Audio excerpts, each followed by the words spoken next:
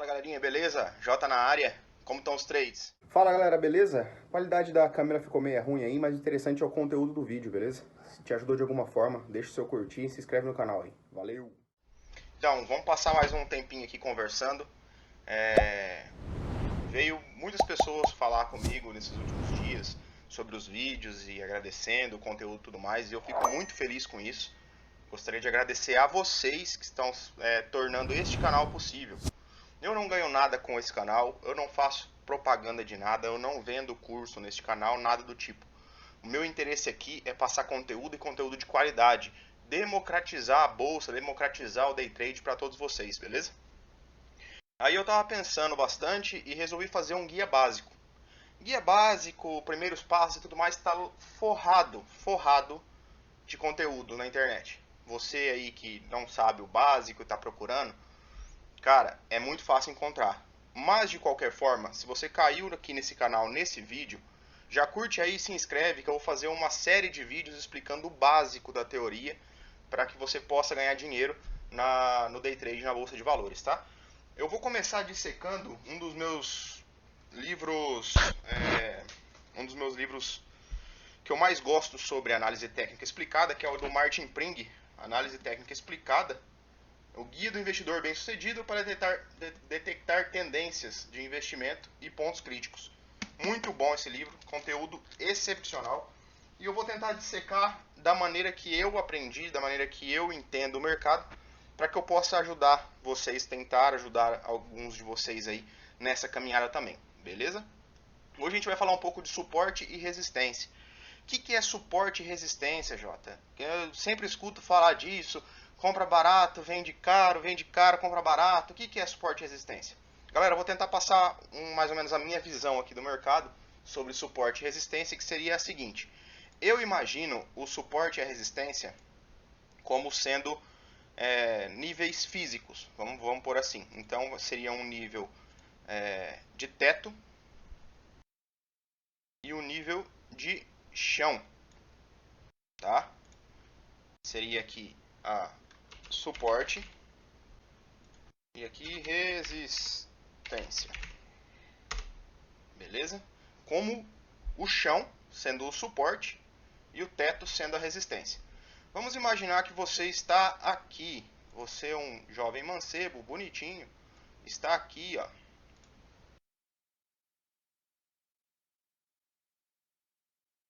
Que desenho horrível. E você tem uma bolinha de tênis na mão. Ou melhor, uma bolinha daquelas de borracha, que ela pinga bastante. Você vai fazer uma força jogando essa bolinha pro chão.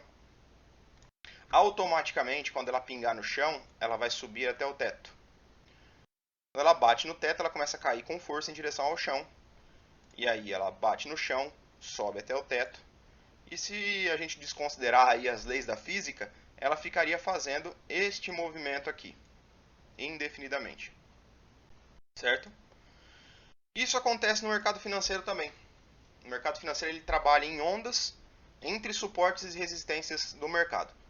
Ou seja, resistência no mercado financeiro, como se fosse o nosso teto do preço ali, onde o preço bate e não volta, é um local onde ele tem uma concentração de oferta, ou seja, bastante pessoa, bastante player no local vendendo.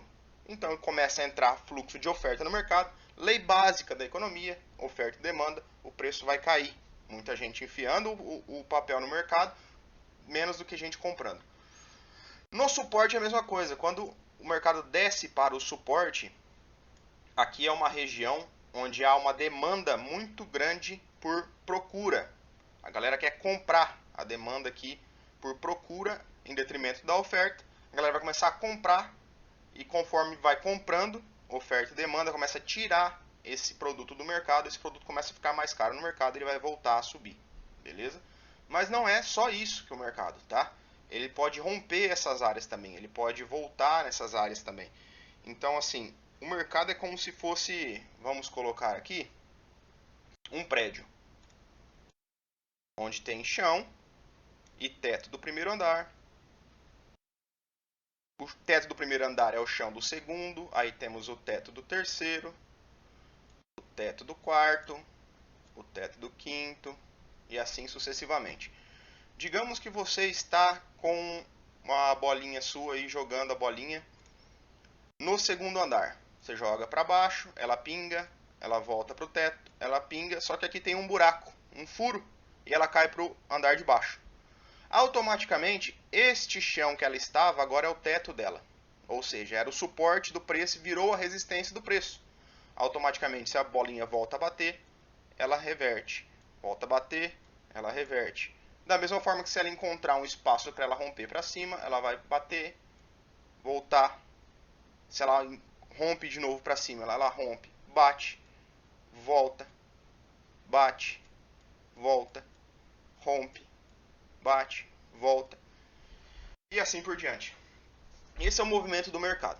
Ele se movimenta entre regiões de suporte e resistência.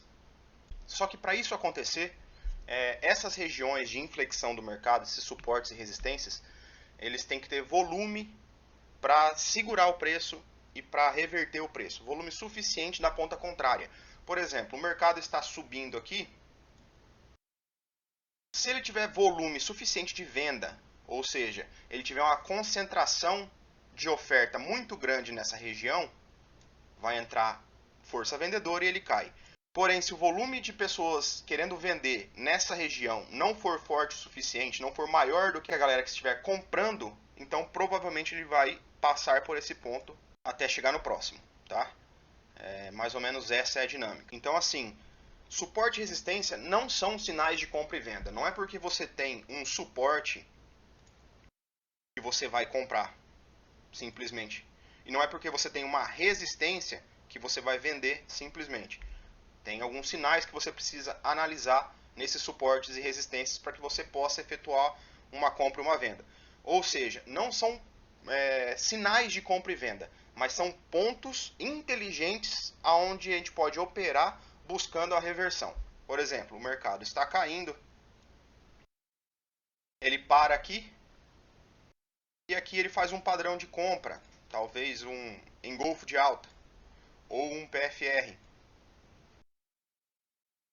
Isso seria um sinal válido se tiver volume na negociação para você colocar uma entrada um tique acima do candle com stop um tique abaixo do candle, para procurar onde o último topo ou a última resistência da onde o preço veio. Essa é uma forma de se operar, tá? Outra questão, igual eu falei para vocês, se a gente tem um suporte, uma resistência no local, aqui a resistência e o suporte são locais onde tem uma grande concentração de oferta na resistência, uma grande concentração de demanda na compra, no suporte. Se o preço vem e rompe essa região, você vende? Não, você não vende, porque você não sabe se é um falso rompimento, se ele está realmente rompendo para continuar o movimento vigente. Mas lembra que eu falei para vocês que se ele rompe essa região automaticamente, um suporte, vai virar resistência? O que a gente tem que aguardar nesse caso é que o mercado ele volte a testar o suporte rompido, que virou resistência, e aí sim, no pullback, faça uma inversão de polaridade para a gente poder vender, aplicando a entrada um tique abaixo, o stop um tique acima, para a gente tentar buscar a última região de suporte, ou outros alvos que a gente possa traçar de suporte e resistência. Beleza? São locais onde a gente consegue ter um stop curto e um alvo longo, tanto para continuação do movimento do vigente, quanto para reversão do movimento. Você tem um stop aí de no máximo um candle, para você buscar um alvo um pouco mais longo. Beleza? Ah, Jota, mas quais são os suportes e resistências? Como eu identifico suporte e resistência? Beleza, vamos lá. Suporte e resistência normalmente são topos e fundos prévios. Ou seja, o mercado ele se movimenta em ondas. Cada topo e fundo prévio que ele marcar é uma potencial zona de suporte e resistência. A gente tem que ficar de olho nessas regiões, porque são regiões de inflexão de mercado. Normalmente também números redondos.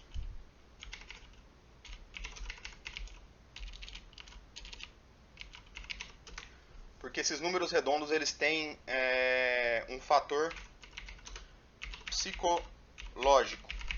Quais seriam esses números? Número 10, número 20, número 50, número 100, número 110. Veja, o 10, o 20, o 50 são números que eles sempre vão segurar. Sempre vai ter um fator psicológico neles. Não sei se vocês lembram, mas a Bolsa até um tempo atrás não tinha chegado na marca de 100 mil pontos. E os 100 mil pontos era um tabu para todo mundo. Quando chegar em 100 mil pontos, o que vai acontecer quando chegar em 100 mil pontos? O mercado segurou, foi uma zona de resistência. Para aquele cenário naquela época, foi uma zona de resistência interessante, boa? Foi, mas não aguentou, a força vendedora não aguentou, a gente acabou rompendo os 100 mil pontos, tá? E aí ele começou a procurar zonas de resistência em 110, em 120. Então, assim, números redondos, eles são suportes e resistências pelo fator psicológico do mercado.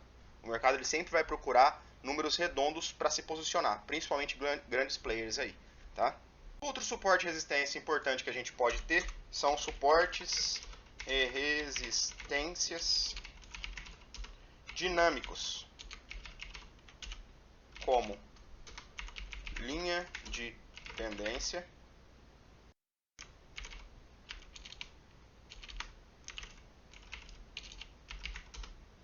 e médias móveis. Suporte e resistência dinâmicos como linha de tendência e média móvel. Ou seja, se o mercado está fazendo topos e fundos ascendentes, por exemplo,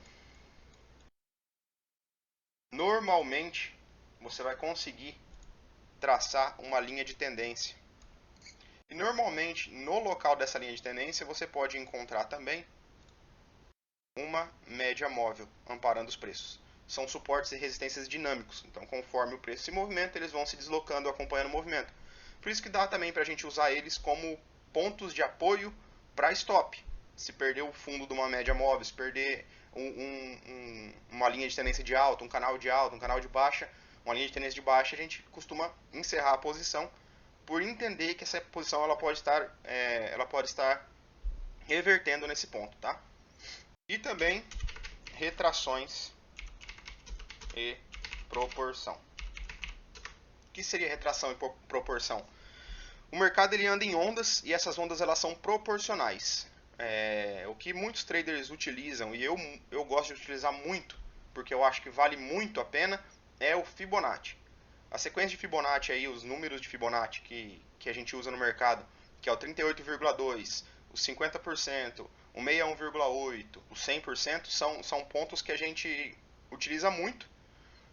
Além de estar na razão áurea, eles respeitam muito devido a essa proporção. Se o mercado ele sobe uma tendência X, quando ele reverte, ele tende a reverter 38,2, 50%, 61,8%. E normalmente se ele para ali, por exemplo, de 50%, ele tende a dobrar a última pernada de alta para cima, ele tende a ir até os 100%. Então são pontos que a gente pode usar tanto para traçar alvos, quanto para verificar suportes e resistências no gráfico, tá? Dito isso, vamos dar uma olhada no gráfico aqui. Eu peguei o gráfico do índice futuro no diário para a gente ver um negócio. À primeira vista, sim, sem nenhum indicador, sem nada, é meio difícil você prestar atenção em alguns pontos no gráfico, mas quando você começa a traçar esses pontos, você começa a perceber que eles se repetem no gráfico. E esses são os suportes e resistências que a gente costuma utilizar.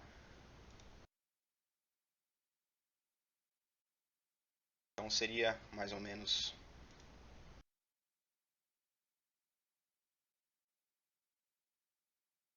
isso aqui. Por quê? Olha aqui. Pontos de inflexão no mercado. Dá uma olhada. Ele segurou aqui, aqui, aqui, aqui. Segurou aqui. Aqui, quando ele rompeu, fez um pullback. Segurou aonde? Nessa linha aqui. Aqui era um ponto de resistência, que coincidentemente é a mesma região. Até porque suporte e resistência, eles não são preços fixos. Eles são regiões de mercado. Então a gente pode traçar um suporte e uma resistência como se sendo uma região de briga, uma região de inflexão dos preços, tá? Fica mais fácil da gente verificar isso aí. E aí vocês conseguem ver que, por exemplo, aqui teve uma briga aqui. Quando ele voltou, ele brigou no mesmo ponto. Aqui, aqui, aqui. Aqui ele não conseguiu chegar. Aqui ele segurou de novo. São teoricamente fáceis da gente perceber. Olha aqui.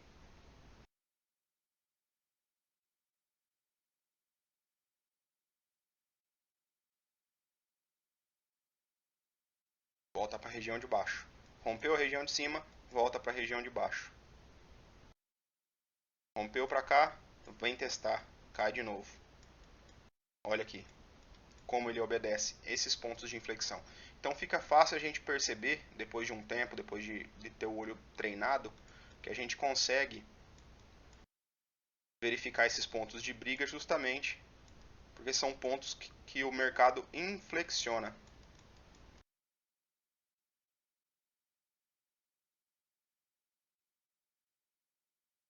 São pontos automaticamente de briga e que, conforme vão sendo rompidos, eles vão procurando novos pontos. Por exemplo, aqui o mercado fez praticamente um fundo duplo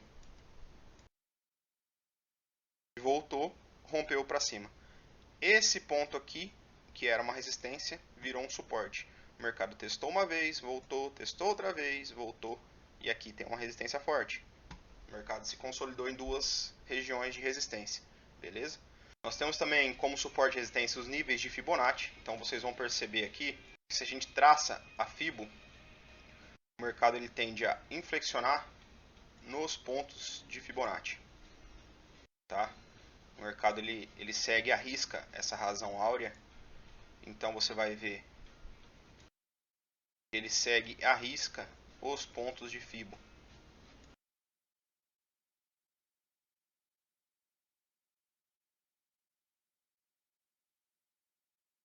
Você vai ver ele mastigar nos pontos de Fibo.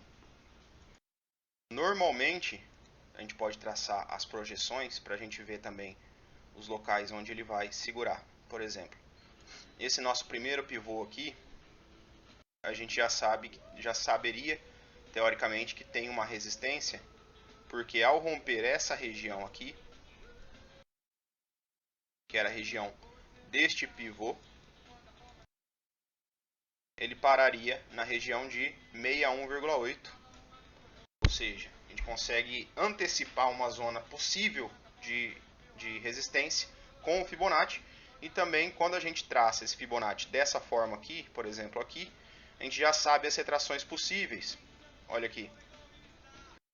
Como ele bateu aqui na região de 61,8 deste pivô aqui, ele fez a primeira retração no 38,2, a segunda retração nos 50% e voltou a subir. Tá, galera?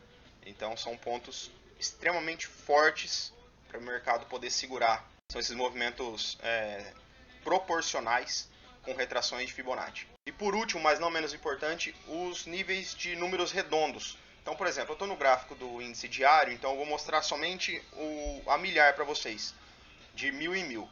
Eu tenho um indicador aqui que se chama Price Guide. Eu vou colocar aqui o preço de abertura do dia 110 mil.